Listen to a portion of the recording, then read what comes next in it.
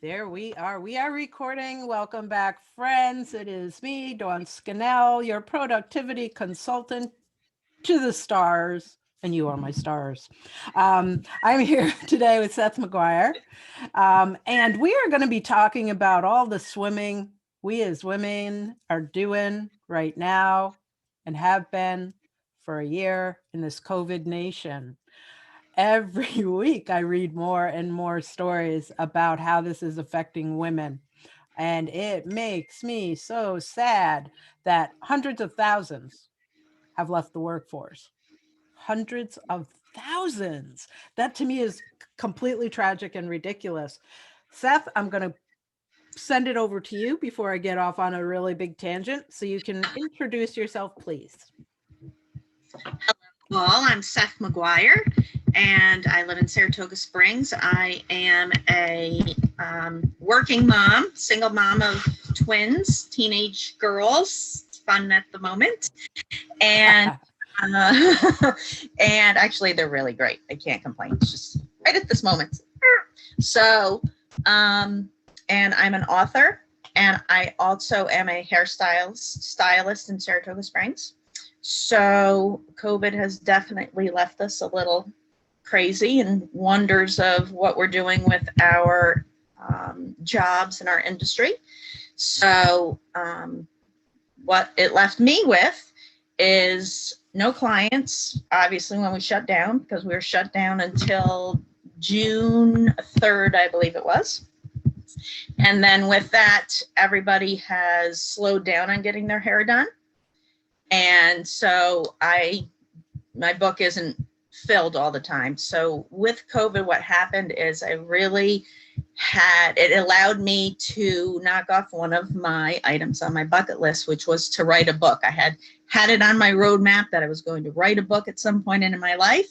And I actually got it done in 2020. So that was a great accomplishment during COVID.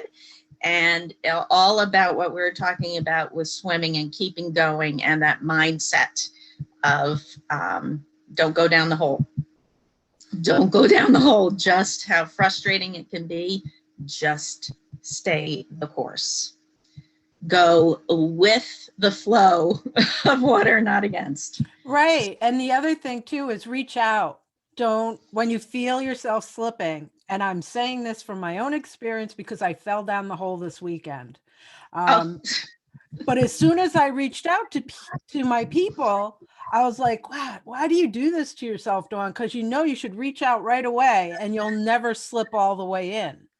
Right? Because we all have these people in our lives, our real support system, that when you reach out, they never fail to remind you of how absolutely badass you are, what you've already been through, and how silly this tiny little thing that tripped you up is. Because the things that send us down that hole really are like the big things. As women, I feel like we're used to handling the big things, right? Like, oh, I will definitely let me tackle this and get it done. It's the little things that hit us out of nowhere that we don't see coming, tiny little things in retrospect that send us down that hole, right? Like little tripwires. Yeah, no, definitely. And that is, I think, definitely what we have to realize and remind ourselves, that this is a common occurrence, no matter what's going on in life, right? We will always have that little spot that's going to send us down the hole, even if it's, we're not having COVID or we have no issues in that. There's always something. And to remind ourselves that that's just life, right? And not to sit in that hole and go, oh, because of this, because of that, to actually look at it and go, oh, okay, oh, well, or screw it, there's nothing I can do about it. And lift yourself up, call somebody. Definitely. I mean, I was for 2 weeks, didn't even realize I was going very slowly. Also here in the Northeast, or wherever there is snow and lack of sunshine. I don't know about other areas during the winter, and people's attitudes, but it's hard. This February is really hard. I feel like, yes, all the things, but also, this last year has put us, especially women, has put us under a great deal of stress that doesn't go away. It Yes. changes a little bit, but it hasn't gone away at all, really. And for women, a lot of women have had to step back from the workforce, right?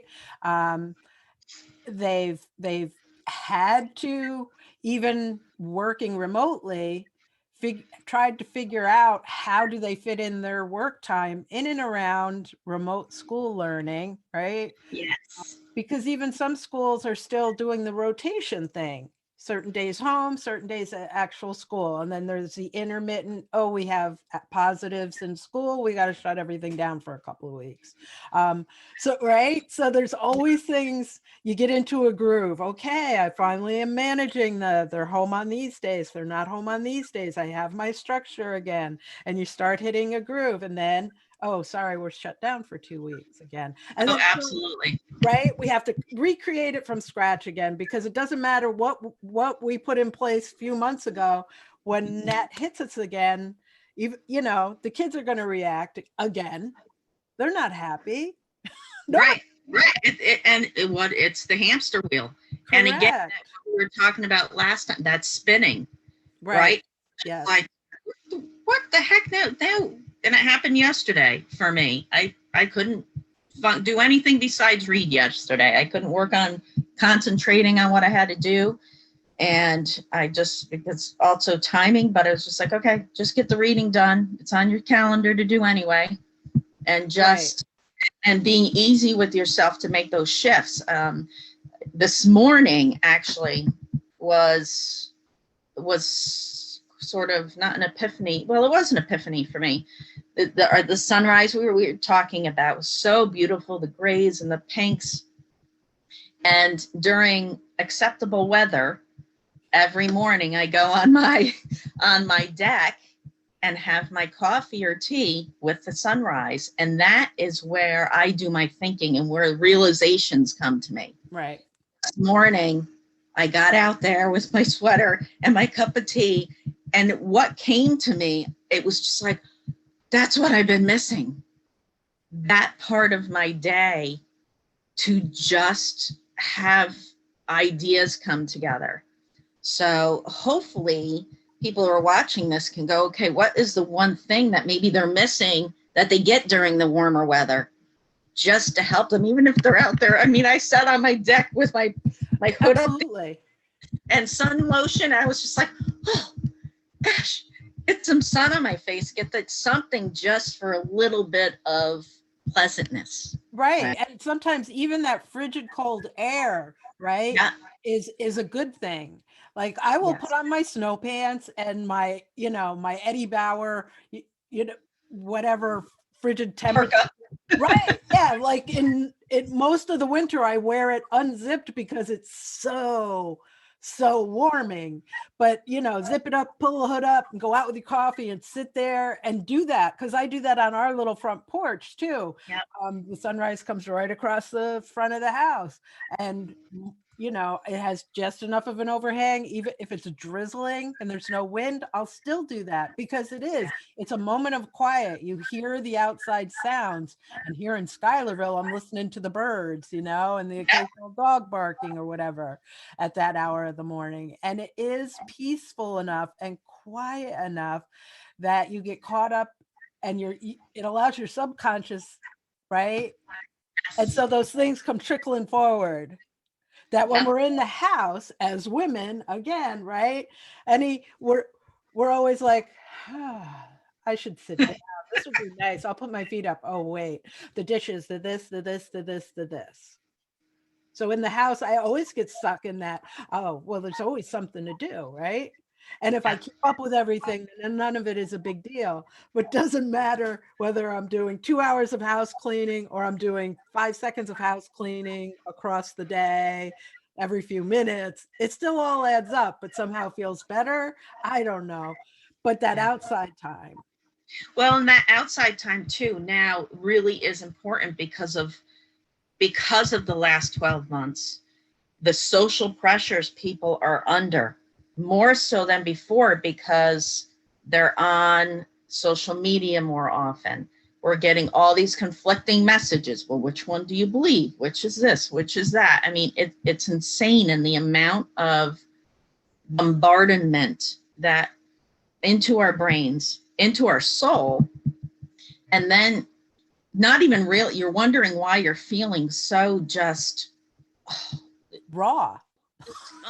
Right. I mean, you're almost like your skin could be on fire for some people, right? Or you're like, okay, I really don't want to talk right now. Or your patience are null, which I have to do that, recheck myself often because of having the kids at home, listening to 2 different teachers at the same time, trying to work, all of that. And I have to go and shut down and do nothing. And getting control over that and realizing how much social pressures we are under and controlling our time on social media and so on and so forth to be able, and even podcasts, how wonderful they are, but to get outside, walk the dog with nothing in your ears. Right. So you're listening or sitting and having your coffee or a glass of wine in the afternoon outside. So you're feeling the air, you're hearing nature. So you're everything aligns up and you can block out everything else. It's so important. And I think we have to be reminded about it, especially right now in winter, in COVID. It's just very important. Yes. And we need to also, people need to realize that this is traumatic times. And we've all been going through a universal trauma the past year, right? Yes. And so what happens with trauma, if you have any trauma, and we all do. Oh, yes, we all do, no matter what. So it becomes, right?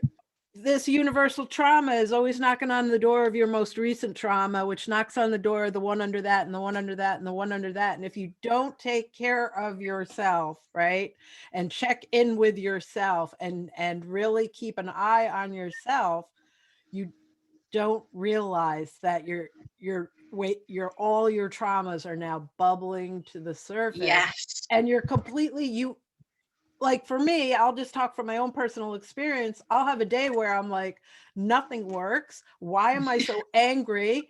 1 second, and the other one, I want to cry, and I don't know why I want to cry. What is happening? Like, do I need more sleep? No, I had enough sleep.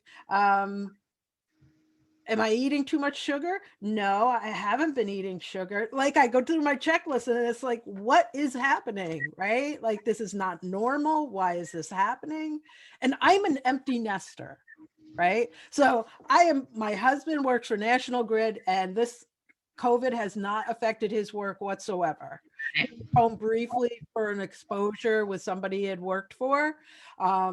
But other than that, he gets up and he goes to work every day. I have the house to me and the dogs every day. So I work however my system needs to work. I'm not working around kids. I'm not working around other people's schedules. And if it still brings me to my knees every once in a while, that's when I stop and I go, oh my goodness, my heart hurts for my sisters. Right. And I know I see it on Facebook. I can see who's struggling, and then I think to myself, but who's not saying anything? Yeah, absolutely. Absolutely agree with that. And I'm one of those people that don't. I never ask for help. Never. I don't. I sit and have always been that way. I mean, since I was the only girl in my neighborhood. So I was, standing up for myself and always. And it's, for me, and actually this morning when I had my tea outside in the sun, that revelation came to me to call my mom. And we lost my dad 3 years ago, and she is just lost. They were a phenomenal couple, and she has no purpose, and her back is, she's in pain all the time. So it dawned on me this morning to go, oh my gosh, we get the same article that we read, that we're going to both read it because both of us pass off on it because of the times and I don't want to read any more stuff, right? that we're going to read it both together, then come together and talk about it. And now I've asked her for help. So it helps me with content and everything else in my work. And it helps her have a purpose. And it's so hard to ask for help. It just, because you just go, I can get through it. I'm just not one of those people. So I guess when I ask for help, I open up the wine bottle and have a glass of wine as I ask for help. Well, asking for help, especially as women, yeah. Here's a surprise. Dawn's going to talk about women. It's almost, it opens ourselves up to judgment. Right. Right. We all have a time in our life where we've opened up our vulnerabilities for when we need help, to have people judge you on that. Or, right. You know, what, and really that is never about us. It's about whoever's doing it. Mm-hmm. And sometimes it's as easy, as simple as that person, by saying, well, this is what I do, and doing all this and oversimplifying what your problem is a way they feel better about themselves. Right. But that, you know, it doesn't translate into helpful on our end. It translates, you know, in our head, we're processing that as, oh, well, you see, I'm just shit. Well, and the pressure on that, right? The pressure, because of, we are taking care of the home. Yes. You have to go work, bring money in, raise the kids. And so then you're like, well, I can't ask for help because I'm supposed to be doing it all. Yes. And if I ask for help, that means I'm not capable of handling it all, which is obviously not true at all. And maybe one way to get over that asking for help and I think about this sometimes too, when somebody's talking to me and I need help understanding what they're saying, I just say, could you rephrase that, because it's a little confusing to me. So one way maybe for people, so then, especially if you're in an office for women or they're sitting at home, to definitely use those phrases that don't ask for help. They just, could you clarify on that, because it seemed a little, and then that helps them feel stronger too, because it also helps out the person that they're talking to, because they may not realize that they're not clear. Right. Right. And it comes down to communication. It all comes down to communication. Of course it does, because we spend so much time in our head, right? Like me, but by the time I finally even bring something to my husband's attention, I have a firm grip now on what it is. But what comes out of my mouth, right, is not a clear picture at all. And my husband's just like, what is happening? What is happening, and how do we make this? Yeah, how do we make this stop right now?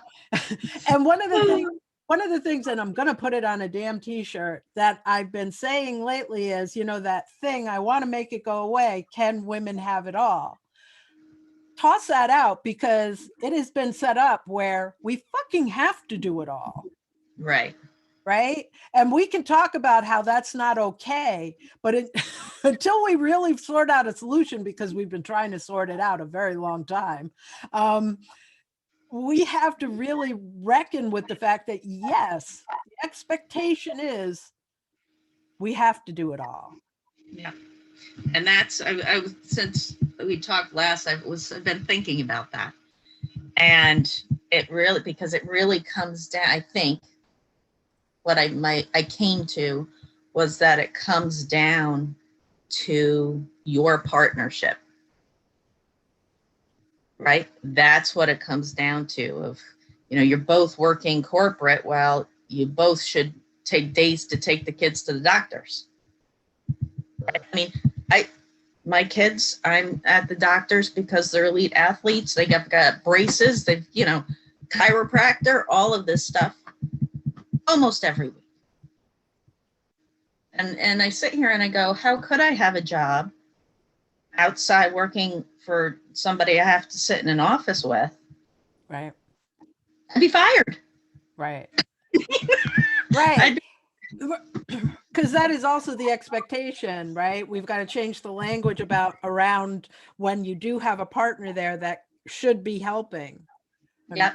I'm Yeah, and proud of myself that's that I said should instead of could, because sometimes our wording enables what's happening that we want, what we want to change. Like, can you watch the kids? I'd like to do this. He is not a babysitter, or she is not a babysitter. They are a parent. right. Would you like to spend some time with your children? Because I need to do this. Right.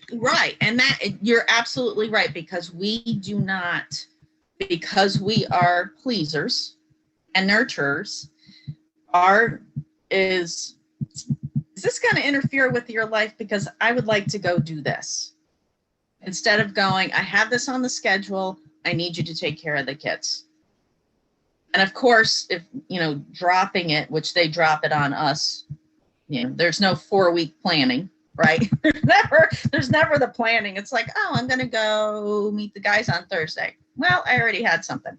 But definitely it's the verbiage and learning to, not demand, but learning to ask for what you want, and the respect of it coming back. So it definitely comes down to your partnership with each other.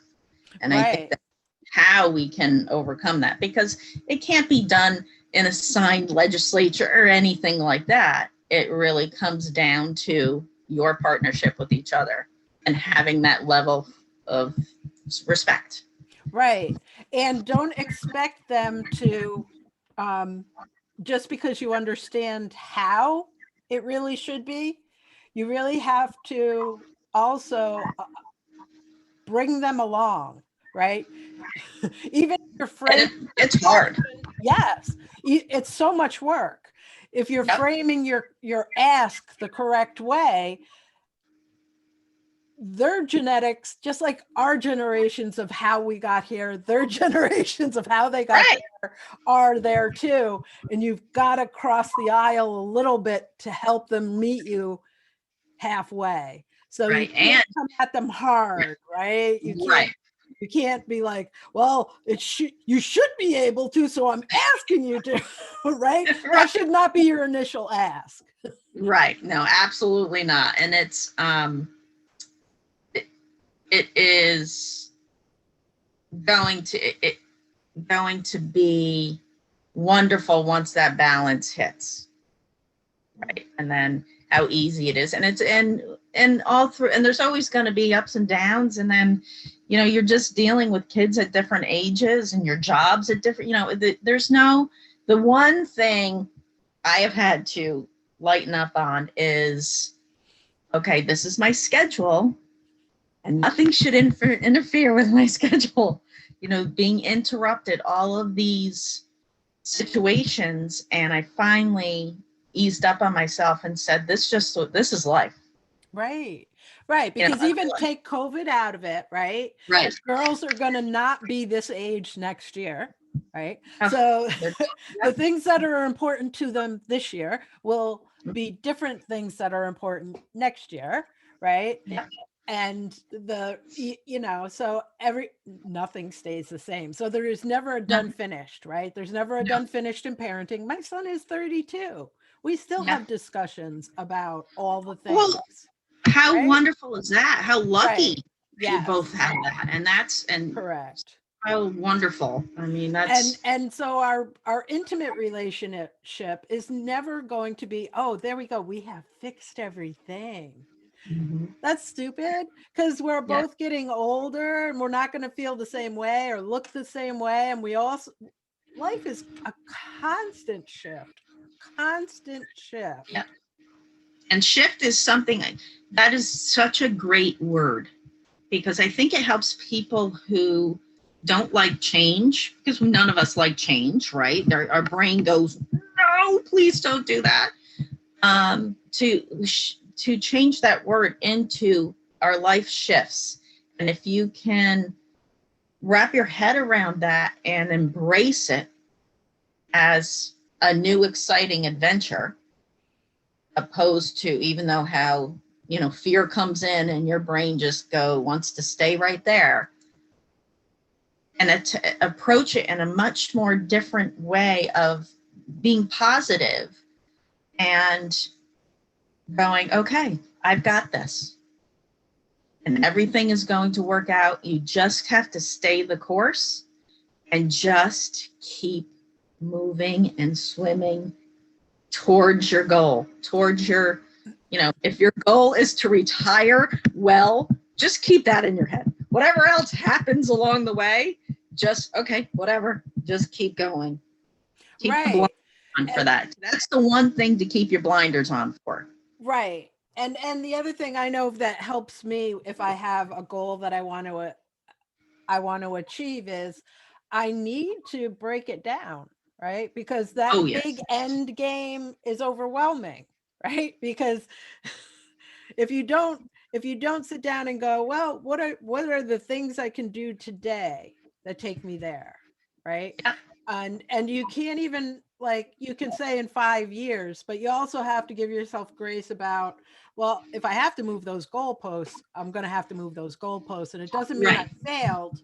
It just means I'm adjusting because of things that happen along the way that I have no control over. Right, because of life. Because of somebody else who is a part of making that happen. And Dawn's pulling right out of her own experiences again from what happened recently, right? Like, okay, this stop about it's not happening the way it was supposed to happen. If you do, then it really is a failure because you've stopped. Right. Not a failure, Dawn. It is, this didn't work. Now what do I do? That's all. That is all. Just readjust. And I'm not going to use pivot because that's been so overused the last year. I was like, agree. Yeah, let me just dance it out. Absolutely. And I had to I spent the weekend with my mom, and I had to tell her, the poor lady, her stove went, she had to replace, everything's happening, my dad's not there. Right. And it's just 400 times worse because she's alone. And I said, so she was up here, and then she went down there and went to start her stove, and 3 out of the 4 burners don't work. The oven doesn't work. And I said, Mom, you just have to, because there's nothing you can do about it. You just have to get to the point, look at it and go, of course you did. Of course you did. And go, okay, just shift, because there's nothing you can do about it. Yeah. From a grief. And that mindset, because what happens is when you start to go down that hole, the mind just, instead of going, okay, fuck you. Right. But for your mom, it's not the stove, right? Oh no, it's not. But right, because she goes right back to her grief. Right, absolutely. Right? He's not here. He's not here. Is what? It's not about the stove. It's about that he's not here to deal with that stove. Yeah. So in that, to just have somebody to bounce off, and that's where it's hard for anybody out there who has a parent who has gone through this and is also dealing with, I divorced. My dad sold my house, divorced, and my dad died 2 weeks later, all within a month. And it was horrible. So, and then my boyfriend died 2 years later. And it just, all of that, and trying to carry her and then her stuff, and just, I feel bad for not being able to be much more open for her, because I'm dealing with all of my stuff, and then carrying her through all the financials and everything else, and her health. It's just like, right. And to sit, and sometimes it's again, all of that shifting and those realizations, and just having the tea outside this morning, that for me to be able to be more patient with her and what's going on with her, to bring her into what I'm doing so she has a purpose. All of this, everything that's going, it's so hard. It's so hard to deal with other things outside your own existence right now. Because the kids are at home, or you're working from home and you've gained weight, whatever, right? Oh, sister, we've all gained weight. Oh my God, no kidding. It's like you can't live in leggings and pajamas and not gain weight, because your leggings and pajamas are like, go ahead, keep eating. Yeah. We don't care. And a one-story house where you're not climbing stairs. Exactly. Yeah. Yeah, no, absolutely. So it just is, we have to really right now make sure we love ourselves, have patience with ourselves. And when you find yourself spinning, just stop. Go get a cup of tea, go get a glass of wine, whatever. And just escape from it for the moment. And if you get nothing else done for the rest of the day, it's okay. It absolutely is okay. It absolutely is okay. My son and I were just having that conversation. I was like, he went away for the weekend with his cousins for a birthday, and they had a great time. But he called me yesterday. I said, where are you? Are you on your way to the Coho's house to keep working on that? He's like, nope, I took today off. I was like, oh, okay. He's like, yeah, I just needed the day off. I said, I'd like to point out that that's the introvert in you who needs their mental health day, because that was a lot of peopling, right? Outside your usual routine. He goes, yeah, probably. I said, just think on it. You don't have to agree with me. Just think on it later. I said, and it's healthy, right? Like when people talk about, I need a mental health day, for an introvert to take that break, it really is a mental health break, right? Oh, absolutely. And if you're highly sensitive. Correct. Yes, he is my son. He is highly sensitive. I still have the books about parenting highly sensitive. Yeah. Yes. He got stung by a bee when he was riding his bike out of the garage. I think he was like 6 or 7, and a bee flew right into his chest and stung him, right? The bee didn't know what was happening. He didn't know what was happening. But as I'm bringing him in the house to put the baking soda patch on it for him and stuff, all he kept repeating was, I didn't do anything on purpose. Why would the bee do that? Why did it do that to me? Like, he took it so personally. Why would he sting me? Because it was an accident. Oh my God, that's so funny. Calm down. There's no thought process. Right. But that gives you a little window into my son's head. I have 2 highly sensitive children, and I'm highly sensitive, but I've had to, but that's what I end up stopping, because I just can't, I end up spinning and just like, okay, I'm going to get nothing done. I'm going to get frustrated. So just stop. I used to invoke the vacation. Like when my son wasn't really old enough to understand that I needed a mommy time out, I'd go into the bedroom and I'd get under the covers with a book, and he'd come in and I'd go, hold on, I'm on vacation. Mommy's on vacation for 20 minutes. See, when the hand gets to that number, mommy will be done with vacation and you can come in and talk to me. Oh, that's great. You know what? That's really great. I wish I had thought about that. Here's another thing people might want to put into their tool chest too. This is something I started doing. I created this game in this relationship with my current husband, and I call it the game of irrational thinking. So I was like, it was before we were married, and I was going away to Kripalu for 2 certifications, and I was going to be gone for like 6 weeks. I said, and so all this anxiety is building, right? Because we had just moved in together a month and a half prior to that. And he had been divorced and living in his own house, running his own house for almost 10 years. Right.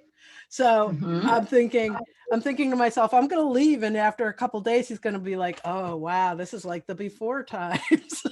What was I thinking? So I was like, we're sitting out in the backyard, and I said, can we play a game? I call it irrational thinking. He's like, okay, how do you play? I said, I'll go first.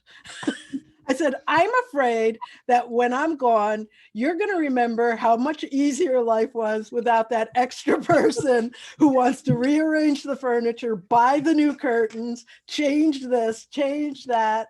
I said, and you're going to not want me to come back. And he laughed. He goes, that's so silly. I said, that's why I call this irrational thinking. And so I said a couple more things. I said, now it's your turn. He goes, okay. He says, now that I understand the game, he said, don't laugh. He says, I'm afraid that you're going to run into some really hot yoga dude at Kripalu and not want to come home. No. Right? So I invented the game to get all that angst out of my head. I really wasn't expecting him to come back with something real. Yeah, especially, and how wonderful it says for your relationship that he was comfortable and vulnerable enough to share that. Right? Yeah. Yeah. And that was such a learning moment for me, because it was, as I started the game, it was all about me and my craziness in my head. I needed to get it out. But that's really great. Right. But what it ended up teaching me was, oh, he's a lot more vulnerable than even I do. Mm-hmm. So when he's quiet, sometimes he's actually thinking. Not just being a guy. Right.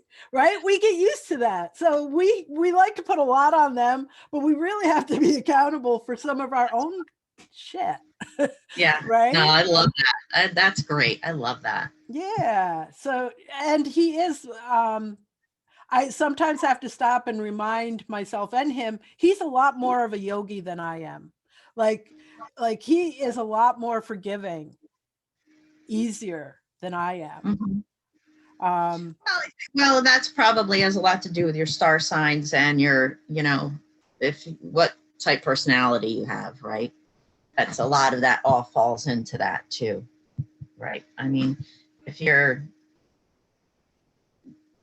think and you get excited when you think, right? And you start talking and it just ends up rolling off and then somebody else who's a thinker and just sits there with the RBF, which is I do both, and then people don't know what to do with it, and then that's a lot of that, your inner star signs and all of that. Right. Yeah. And that's a thing, because when I finally get to a point where I need to put something on the table, right, I have learned to not doing it in the heat of the moment.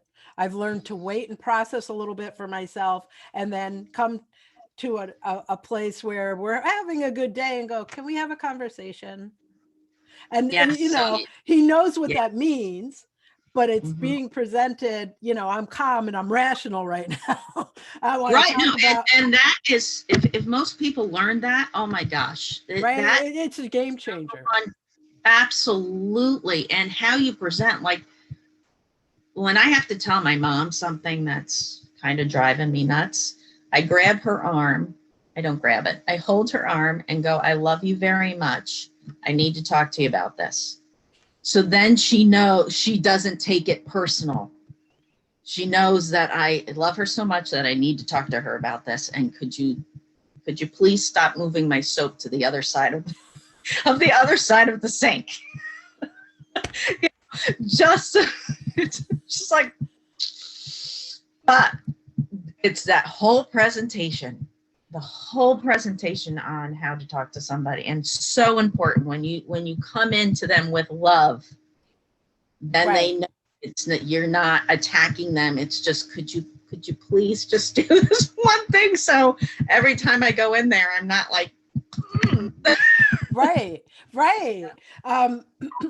And that's a fear, right? When we come at somebody hard, it's because we think we need to be strong so that they really pay attention, and they can't pay attention because we're a lunatic.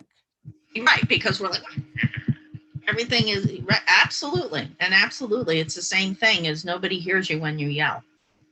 Right. Yeah. Yeah, I know. I try all the time, and I'm just like, how many times do I have to say it? So now I'm yelling. Right. I'm laughing because this is the fight I have with my dog, Milo, that one, all the time. Because he's 15 years old. He knows what I'm asking, but he'll do this thing like he'll just stop and look at me from across the yard, and I'm like, "Come on, come in," and he's like, until like I'm being nice, and then I'm yelling like a lunatic, and I'm saying stupid things like I'm talking to a kid. I'm like, you know what I'm saying? I said March, get in here. And Chris will be like, the neighbors feel bad for that dog. I was like, I'm sorry, but he's not listening. And then the dog goes like this. Gotcha. Yeah. Oh yeah. Sometimes when I get to lunatic, he'll lean his head forward and then he goes back and he lays down. Like, oh my God. Who are you? Who's in there? You're a human. And you're controlling you. Or when he finally comes, he's all happy about it. Like, trot, trot, trot, trot, trot, trot. Hey, mommy. Like, oh my God. After he's told all his squirrel friends and everything, here, watch this. I'll get her again today. Right? Like a toddler in the grocery store who throws a fit like you're going to hit them. Right? Yeah. Tell me your kids haven't done that, because my kid did that to me one time in the store. I was like, oh, really? And I just walked away from him. I was like, he's like, no, mommy, no. I was like, really? Yeah. I never done that, but there was once I took them out of the store. I was in line and the behavior, and I said, I am so sorry. My kid's got to get out of this store. And I said, I'll be back. I take them outside, stood there in the front of the store, waited for it to finish. Now we can go back inside. Never did it again. Right. But right, you walked away from them and went, all right, you can do that by yourself, because you're not gonna. Yeah. When you're done with whatever little play acting you're doing, you're gonna realize you can't see me. Right. I know where you are still. I'm paying attention, but right now you're gonna be a little confused. So what kind of, we've talked about how we can stop spinning and, reminding ourselves. It gets harder and harder to do, though, in extended stress periods. What are some of the tools? What are some of the touchstones? Something that can bring somebody out of it while we're stuck in our house alone, going out of our minds? One is to make sure that they watch what we're going to talk about right now again, or take note on it, to recognize it. Recognizing it is the first thing. And with anything that especially if you're working from home, not especially, but right now, you're working from home, you're a mom, the kids are yelling at each other over something, whatever. And you have to make that shift. And it's hard to. It's hard to go out and go, okay, I know you're upset. However, I'm working. You go out and go, and your head is going like this. And you're like, I'm working in here. You two got to knock it off, and blah, blah. It's the hardest thing to shift. But the more we talk about it, the more that we recognize it, and practice it. Take that breath. Practice it. Practice it when you're not in the situation. Right. So you can go, okay, walk out, and it will allow you then with any other, if somebody ticks you off in the grocery or cuts you off in the car, what are you going to do? But to recognize it, and if you can't get back into where you need to be, those, taking an essential oil for concentration is fantastic. Take the 15-minute break, grab a drink of water, walk outside, or stand outside. Again, just one of the biggest things is getting out of the environment that you're in. Right. Removing yourself from the situation. Right. And just, if you sit in, same thing as right now, we're all isolated. You sit in your house for so long, you become crazy. And you almost get to the point of sometimes where you don't recognize yourself. Yeah. Because you're so frustrated over all of this. I get frustrated, and then I have to go, there's nothing you can do. Just do what you can do. And then it's the recognition and really just realizing it's not about us either, what's going on. So, you know, take the breath. Right. Yeah. There's only so much we have control over. And ultimately, the only thing we have control over is our own selves. Exactly. One of the things that usually helps me is to be really intentional in making a plan, right? Instead of, not instead of, because I'm human. And when I haven't reacted in a positive, healthy way, I beat myself up just like everybody else. You know, why did you handle it like that, Dawn? Da, da, da, da, da. And when I finally get done beating myself up, then I get to a place where I start going, when it happens again, what are you going to do? What could you have done differently? Because then you have like a plan in your subconscious, right? And then you have a little bit of a play script to fall back on. When it happens again, and I feel it happening, and I want to get up out of my chair and walk in there and lose my mind, what is a better choice? What am I going to do? Take 3 breaths. Remember that losing my mind is only going to make it worse for all of us. Right. And it's reactionary. Right. It's reactionary. Right. So instead of losing your mind, like if it were me, and this isn't something I employed a lot, I would put on crazy music, walk in, grab my son, and we'd have a dance party. We would dance it out. Right. So then what that does is it breaks his thought process too. It gets him out of his head, gets me out of my head. And then when we're done, we're both happy, we're laughing. Then we can have a conversation about how the rest of the day needs to go. Absolutely. Absolutely. That is such great advice to do even for yourself. For yourself, I would employ the same tactic with my husband if I had to. You know what I mean? Like, this is just crazy. If you have enough sense to just think for a moment about, what's really important, what the ultimate outcome you want to be is not to have to go through the fire first. Yeah. Find a way. And what's important too, and you learn each time, right? It becomes more habit. Luckily, it doesn't happen every day, right? But is also, is apologizing for if you were definitely in the wrong. I mean, because sometimes, with my kids, because of the way they're behaved, because they're 15 and can't think the way we do, and I go in and I'm so sorry, I shouldn't have reacted that way. I just was not in a good mood, or I had there was other stuff going on and it just hit me the wrong way. But when you also do that, you're teaching them how to properly behave. We all have a bad moment. Absolutely. Stress it is, but taking ownership over it, which is, that is anybody. It's people who don't act nicely and never apologize. I have I get it if you're having a rough day. And I've had people come to go, Seth, I'm really sorry for, that. I'm like, hey, it is what it is. But somebody who doesn't. Right. If you're going to bear no responsibility in our happy, what kind of a relationship we have it. But I did the same thing you used to do. I'd come back to my son and go, look, what I did was out of line. I'm human. I lost my crackers. I shouldn't have.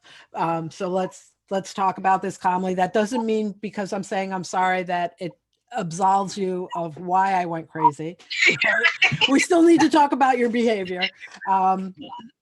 And it is important, and it does shape and help them along the way as well. And there's nothing wrong with them it's not a power trip, right? No, that's right. It's after all, we're all, no matter what age you are, we're still learning.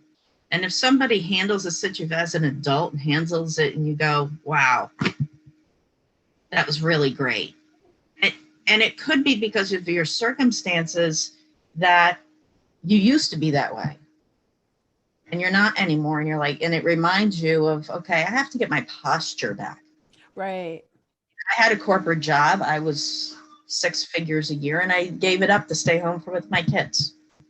And staying home with my kids, I lost my vocabulary. Oh, how frustrating. Finally back into talking with adults and not being able to find the words that you want to say. Oh my God, yeah. Oh my God. You feel like you're crazy. Yeah, you feel like you're losing your mind. Right. And you're like, okay, you better start reading adult books opposed to the nighttime books, just to get that backing your thought process back.